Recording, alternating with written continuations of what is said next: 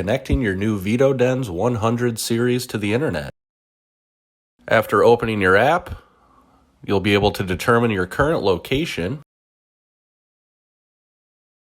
Click the next button after you've confirmed the correct address, and then record the component by scanning the Wi-Fi QR code on the side of the boiler as you see on the screen in front of you.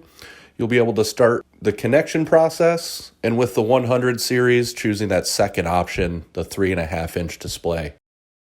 You'll start by pushing the OK button on the boiler display down and hold for 3 full seconds.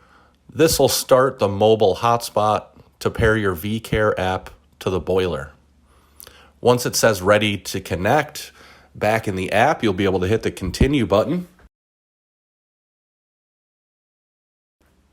This will bring up the automatic connection labeled Viessmann dash. The 4 last numbers will change depending on your boiler.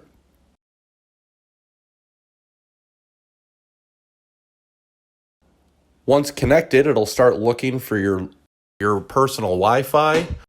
By selecting your personal Wi-Fi and entering in your Wi-Fi passcode, that'll illuminate the connect button in the bottom right.